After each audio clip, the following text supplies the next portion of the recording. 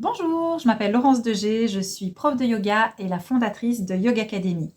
Je vous souhaite la bienvenue sur cette chaîne YouTube qui commence en fait avec cette première vidéo et je vais la faire comme ça. Donc je vais vous partager mon histoire par rapport au yoga, aux dépendances et aux crises d'angoisse. Mais je ne vais pas faire de montage parce que sinon je sais que je ne vais pas la poster parce que je vais me trouver imparfaite. Je vais voir tous les défauts. Et on n'a pas envie de ça, on a envie que le message passe et que la vidéo soit postée. Donc je vais la faire d'un trait. Bon, je l'ai déjà faite plusieurs fois, hein, je vous dis la vérité. Donc j'espère que cette fois-ci c'est la dernière. Mais comme je filme d'un trait, eh bien voilà, il y aura des petits défauts, des petites imperfections. C'est comme ça, je suis désolée. Vous me direz en commentaire si je parle trop vite, si je parle trop lentement. Voilà, n'hésitez pas. Je m'adapterai et l'idée c'est vraiment que vous ayez un maximum d'informations, d'outils, d'expériences, de ce que j'ai vécu et de mon expertise aussi de prof de yoga. Donc voilà, cette chaîne va vraiment englober tout ça et elle sera imparfaite, ça c'est sûr et certain. Par contre, n'hésitez pas aussi en commentaire à me dire ce qui vous touche, les sujets que vous voulez que je développe un petit peu plus, parce qu'ici je vais brasser un petit peu ma vie par rapport à tout ça, mais je ne vais pas rentrer dans les détails, sinon la vidéo va durer beaucoup trop longtemps. Donc par après, je peux faire d'autres vidéos pour chaque catégorie et cette chaîne finalement, elle sera faite avec vous. On va la co-créer ensemble. Donc vraiment, vos commentaires sont les plus que bienvenus. Et les haters, parce que bon, on a toujours des haters, non, je pense, sur YouTube. Abstenez-vous s'il vous plaît, parce que c'est ma première vidéo, donc s'il vous plaît, soyez indulgents. Mais je vais devoir apprendre aussi à faire avec les critiques. Donc voilà, je vous laisse faire vos commentaires. Donc, mon histoire. Pour commencer, dans l'enfance, je peux vous dire que j'avais déjà un comportement de personne dépendante. Comment je l'ai remarqué? Je l'ai remarqué évidemment par après, pas au moment même. J'ai remarqué que j'étais une enfant très attirée par le sucré et que quand je commençais, je ne savais pas m'arrêter. J'étais une enfant en manque d'affection, donc je cherchais énormément l'affection autour de moi. J'avais le syndrome un petit peu de l'enfant parfaite, je m'adaptais toujours aux personnes que j'avais autour de moi. Et alors, dans ma famille, on recevait un petit verre de cidre à Noël. Il y avait de la bière de table pour enfants de temps en temps aussi. Et je peux vous dire que j'étais déjà très accro à ça. C'est-à-dire que quand je prenais un verre, j'avais déjà envie d'en avoir plusieurs. Donc tout ça, je l'ai remarqué par après. Moi, je pensais que tout le monde était comme ça, mais en fait, non. Plus tard, donc à l'adolescence, j'ai commencé à avoir des crises d'angoisse beaucoup plus fortes. Donc moi, j'ai toujours vécu dans la peur, dans l'insécurité. Mais à l'adolescence, ça s'est vraiment accentué. Et j'ai commencé en fait à ce moment-là à fumer des joints. Et les joints m'ont aidé à colmater ces crises d'angoisse. Mais paradoxalement, forcément, elles les ont amplifiées. Parce que le lendemain, je me sentais vraiment bizarre, pas dans la réalité, enfin c'était vraiment horrible. Et là, j'ai commencé à faire des crises de panique. Donc, je ne sais pas si voilà, vous vous identifiez là-dedans, si vous connaissez, mais il y a vraiment il y a l'anxiété, il y a les crises d'angoisse, il y a les crises de panique. Donc tout ça, moi, je l'avais. Et les crises de panique, c'était il fallait que je parte. C'était vraiment le danger, là, à un moment donné. J'étais en classe à l'école. Il fallait que je sorte de la classe absolument. Et quand je sortais de la classe, il fallait que je rentre chez moi et que je sois près de chez mon médecin. Parce que mon médecin, dans ma tête, c'était le détenteur de ma vie. Il n'y a que lui qui pouvait me sauver. Et donc, il fallait absolument que je reste près de mon médecin. Donc, lui, à un moment donné, ne sachant plus quoi faire, il m'a envoyé faire des cours de yoga. Je ne sais plus quoi faire de toi. Enfin, il ne me l'a pas dit comme ça, évidemment, heureusement, mais il m'a dit si tu faisais du yoga. Et c'était pas du tout connu à ce moment-là. C'était d'ailleurs une pratique assez austère, faite entre guillemets pour les vieilles. Donc, je me suis retrouvée dans une salle de gymnastique qui sentait les baskets avec des vieilles. Je dis vieilles parce que maintenant j'en fais partie, donc je mets des guillemets. Mais j'ai tout de suite accroché en fait. Je me suis dit, waouh, il se passe un truc à l'intérieur de moi, mais vraiment de dingue.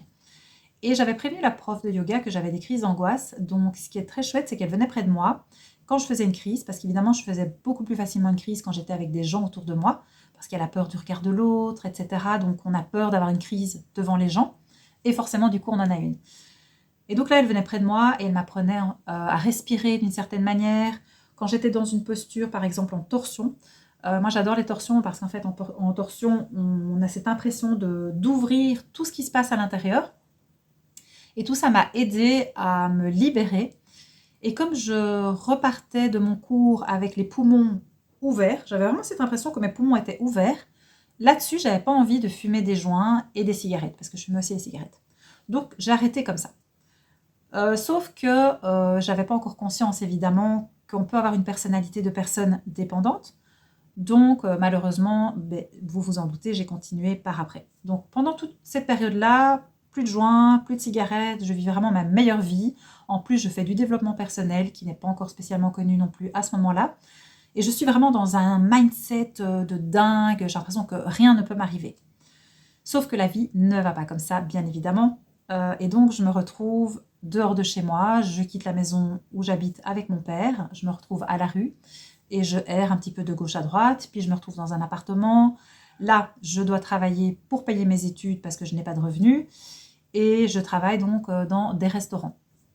Dans ce restaurant, le premier restaurant où j'ai travaillé, eh bien, premier service, je termine à 15 heures, je vois un verre de vin sur le bar qui est pour moi et je dis, qu'est-ce qu'on fait? Parce qu'en fait, moi, il faut savoir que je suis une grande naïve. Donc avec le temps, j'apprends à un petit peu moins l'être.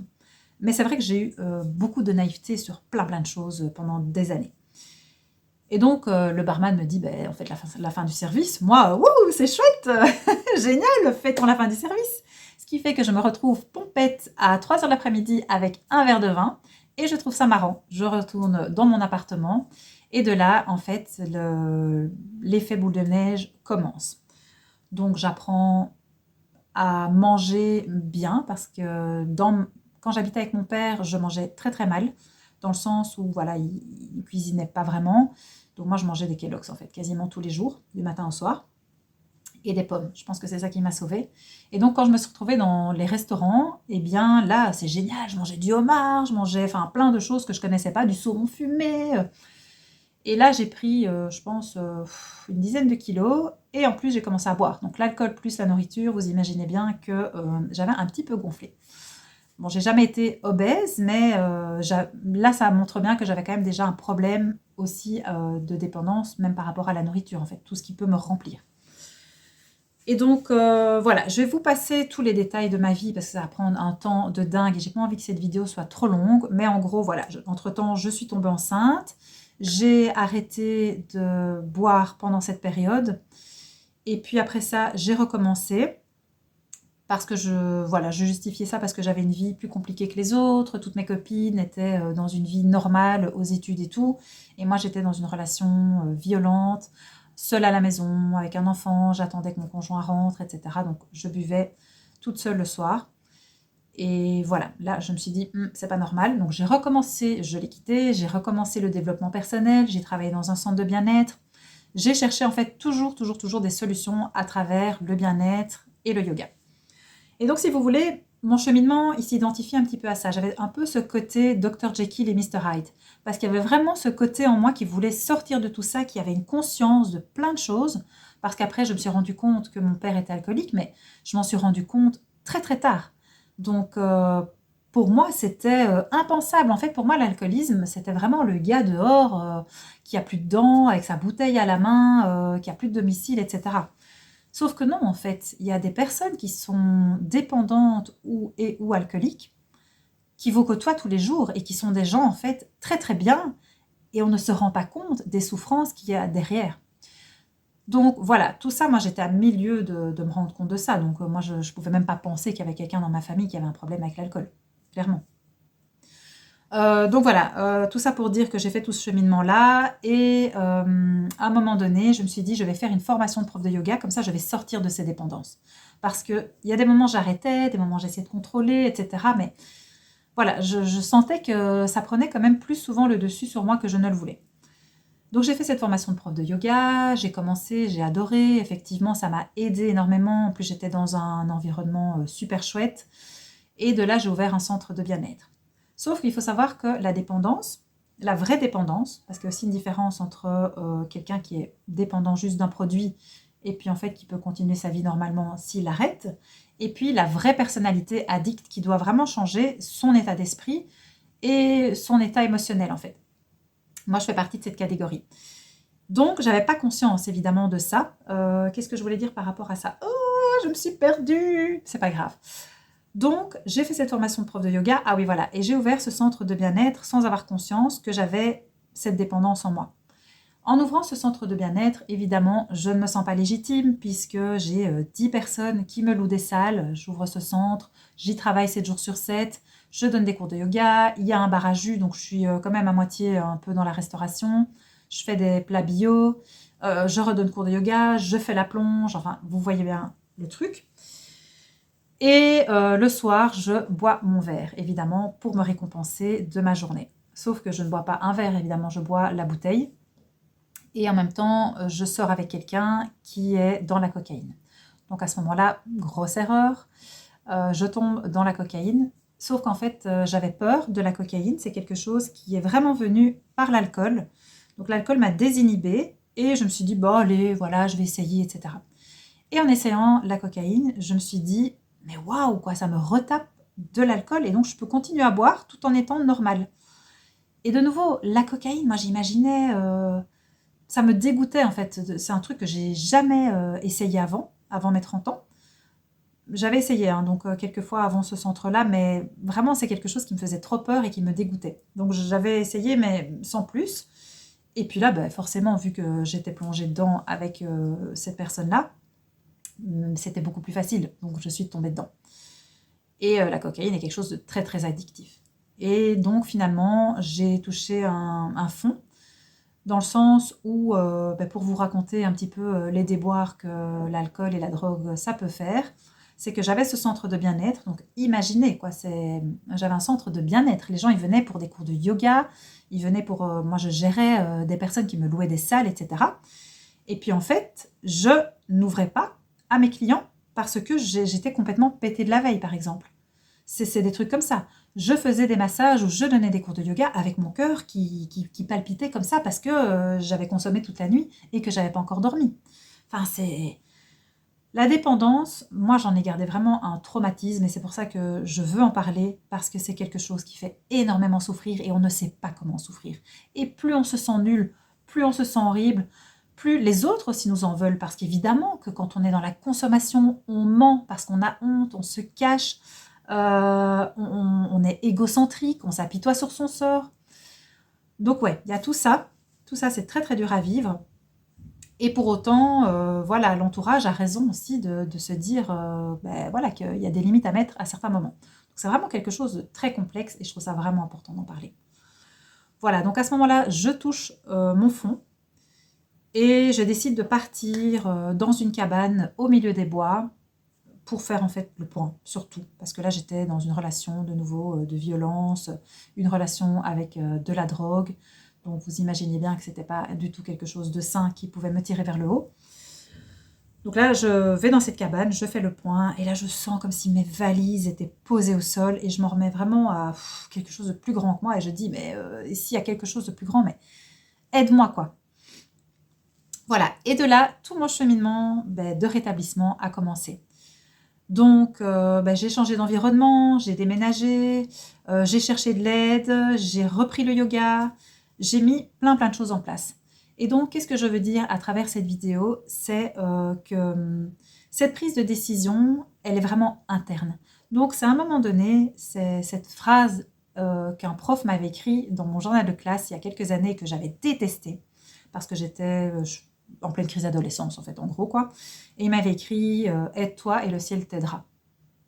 Et j'étais là, super, merci. Et en fait, cette phrase, je ne sais pas pourquoi, elle m'est revenue plein de fois. Et j'ai vraiment compris la subtilité de cette phrase il n'y a pas tellement longtemps en me disant, mais oui, à un moment donné, quand tu es dans le fond comme ça, c'est d'être honnête avec toi-même. En fait, c'est ça le truc qui était le plus compliqué pour moi, c'est de me dire, j'en suis là, quoi. J'en suis là. Je me construisais un ego avec le développement personnel, avec le yoga, j'étais quelqu'un de bien, et puis j'avais peur de perdre ma fille forcément. Enfin voilà, c'était inconcevable pour moi de me dire que j'étais de nouveau cette image que j'avais de la femme au fond dans le fond du panier, quoi, qui est avec des mecs violents, qui est dans la drogue, dans l'alcool. De nouveau, moi j'imaginais la fille sans dents dans la rue avec sa bouteille d'alcool. Enfin vraiment, c'était l'image que j'avais. Alors que la violence envers les femmes et envers même les hommes, elle touche tous les milieux sociaux. La dépendance, elle touche tous les milieux sociaux.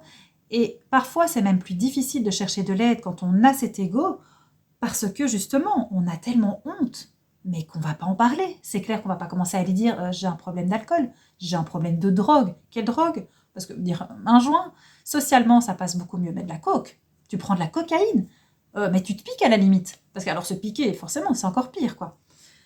Et non, en fait, c'est un truc qui peut vraiment toucher tout le monde. Tout le monde qui est susceptible d'être dépendant, bien évidemment. Il y a des personnes qui toucheront jamais à ça et qui n'ont pas, en fait, qui vont pas côtoyer des gens qui prennent de la drogue. Donc, c'est vraiment aussi un schéma de pensée. Je veux dire, moi, maintenant, à l'heure actuelle, ce serait hors de question que je sorte avec quelqu'un qui prend de la drogue. Ça, c'est clair et net. Donc, voilà. Ce que je veux dire par rapport à ça, c'est que c'est un chemin. C'est un chemin. Donc, c'est pas une méthode qui va tout d'un coup vous sortir de là. Mais par contre, c'est tout d'un coup que vous pouvez arrêter. C'est aujourd'hui, c'est pas dans 10 ans. Donc il y a vraiment ces deux côtés-là, quoi. C'est aujourd'hui que j'arrête. Donc on a souvent tendance à se dire ouais, mais demain. Moi, à chaque fois, je me dis ça. Oui, mais demain, c'est sûr, j'arrête parce que là, je suis dégoûtée. Et puis j'allais essayer de changer d'alcool, boire quelque chose de moins fort, boire moins souvent, boire quand j'avais mangé, ne pas prendre de coke ou prendre peut-être de la coke par après. Enfin, en fait, et ça devient une obsession.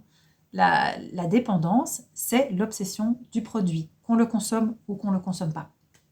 Parce qu'on veut le gérer, on veut moins le consommer, mieux le consommer. Voilà, c'est vraiment ça. Et de nouveau, je parle de mon expérience. Il y a plein de personnes qui sont dans des dépendances, qui le vivent d'une façon différente. Donc vous entendrez certainement d'autres choses ailleurs. Moi, je vous raconte ce qui marche évidemment pour moi. Et donc, qu'est-ce qui a fait que j'ai pu sortir de tout ça? C'est un package, on va dire, de choses que j'ai mis en place. C'est-à-dire qu'à un moment donné, en anglais, il parle de surrender. C'est je me suis mise à genoux. Et j'ai vraiment, j'ai tout tendu là-haut, quoi. Si on croit en une puissance supérieure ou si on n'y croit pas. En tout cas, moi, vraiment, j'ai dit, s'il y a quelque chose qui m'aide.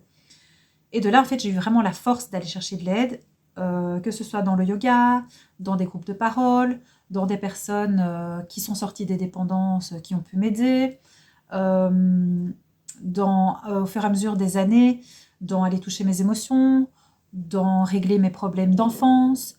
Voilà. Donc pour moi, la priorité, ça a été d'arrêter le produit. Et puis une fois que j'ai arrêté le produit, les produits, parce qu'il y en avait plusieurs, ça a été, et c'est toujours d'ailleurs, comme un oignon que je pèle au fur et à mesure et qui fait que je vais éclore de plus en plus et être de plus en plus moi. Et un oignon, il ne faut pas oublier que ça fait pleurer. C'est ce que je dis souvent aussi. C'est que ce chemin-là, il est génial, mais il faut oser aller creuser en soi. Il faut oser justement être vulnérable, être honnête avec soi-même. C'est ça qui est le plus dur, parce que je parlais d'ego, mais c'est ça en fait, c'est de se regarder dans un miroir et de se dire ok, regarde où tu en es. Tu penses vraiment que là, c'est ce qui te correspond? Non. Donc cherche de l'aide, vas-y. Vas-y, tu ne pourras pas y arriver toute seule.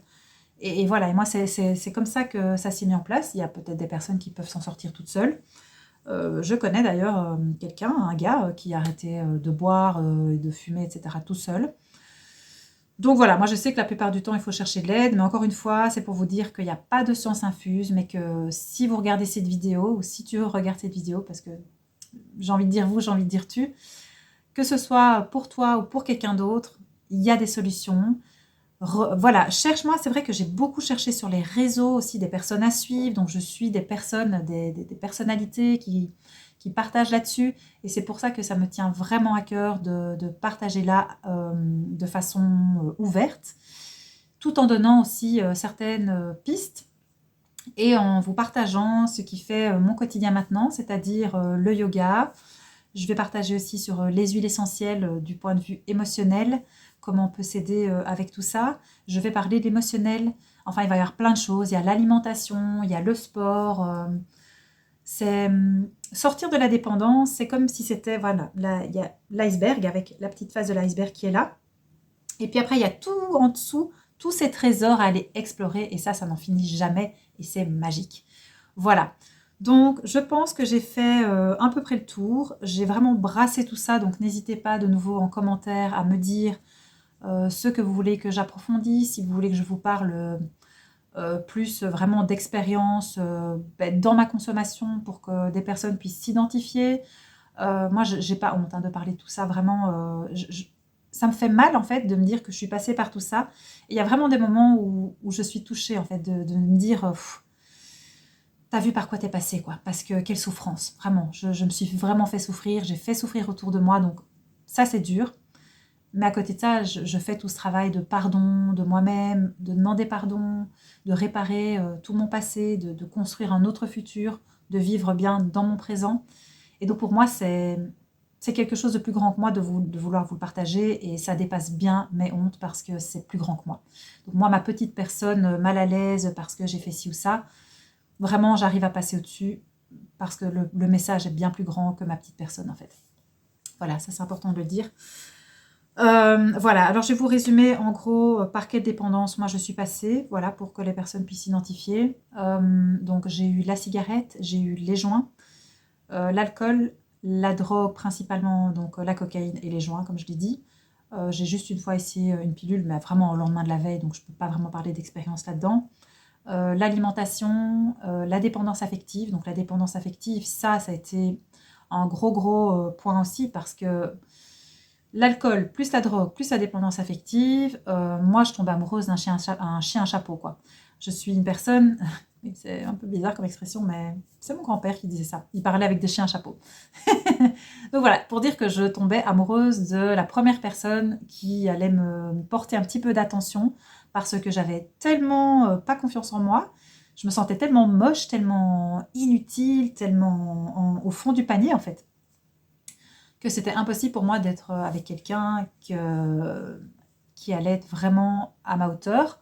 Et si j'étais avec quelqu'un qui est à ma hauteur, j'allais détruire la relation, en fait, tout simplement. Alors quand je dis à ma hauteur, c'est pas que je me prends de haut, c'est quelqu'un, en tout cas, qui pouvait me tirer vers le haut et que je pouvais me tirer vers le haut. Mais évidemment qu'à ce moment-là, j'étais avec des gens de là où j'étais, de mon niveau, on va dire, du moment, quoi. Donc, point de vue, on pourrait parler ça, point de vue énergie. Je ne sais pas si ça peut correspondre, mais voilà. Et donc tout ça, évidemment, c'est un cheminement. Donc là, maintenant, moi, je suis une maman solo et effectivement, j'ai mis ma vie amoureuse pour l'instant sur le côté parce que c'est aussi un gros point que je règle. Donc voilà, vous voyez que c'est vraiment tout un cheminement. Donc je vous parle en toute transparence, rien n'est réglé à 100%. Et j'espère maintenant que le jour où je rencontrerai quelqu'un, ce sera quelqu'un de bienveillant, qui ne consomme pas, etc. Mais les vieux démons peuvent toujours revenir, donc je reste très vigilante, évidemment, avec tout ça. Donc qui sait que je vous annoncerai peut-être un jour une bonne nouvelle via cette chaîne. Parce que voilà, j'espère la tenir très longtemps, vous partager un maximum de choses positives et aussi de choses, j'ai pas envie de dire négatives, mais de toute la part d'ombre que j'ai embrassée et que j'embrasse. Et c'est pas facile tous les jours, mais qui fait partie finalement de qui je suis maintenant, qui m'apprend à me trouver belle, parce que c'est quelque chose de très compliqué pour moi de me dire que je suis une belle personne, même si on me le dit, etc. Ouais, je reviens de très loin. Et donc l'aspect physique n'a finalement rien à voir avec ce qu'on ressent à l'intérieur. Voilà, bon, je m'éloigne un petit peu du sujet, donc je reviens là où j'en étais. J'espère que cette vidéo vous a fait du bien, qu'elle vous a parlé. N'hésitez pas à la partager à quelqu'un que ça peut aider. N'hésitez pas à la partager aussi pour moi, voilà, pour simplement partager le message et que je fasse connaître cette chaîne YouTube. Si vous aimez, évidemment, likez et puis abonnez-vous, je ne sais pas encore trop où c'est, pour recevoir les notifications quand il y aura une nouvelle vidéo. Je ne vais pas vous dire quand je vais en refaire parce que j'ai déjà eu du mal à faire celle-là. Je reprends mon souffle. Voilà, c'est fait. Allez, eh bien, j'attends vos retours avec grand plaisir et puis je vous dis à très bientôt. C'était Laurence, votre prof de yoga.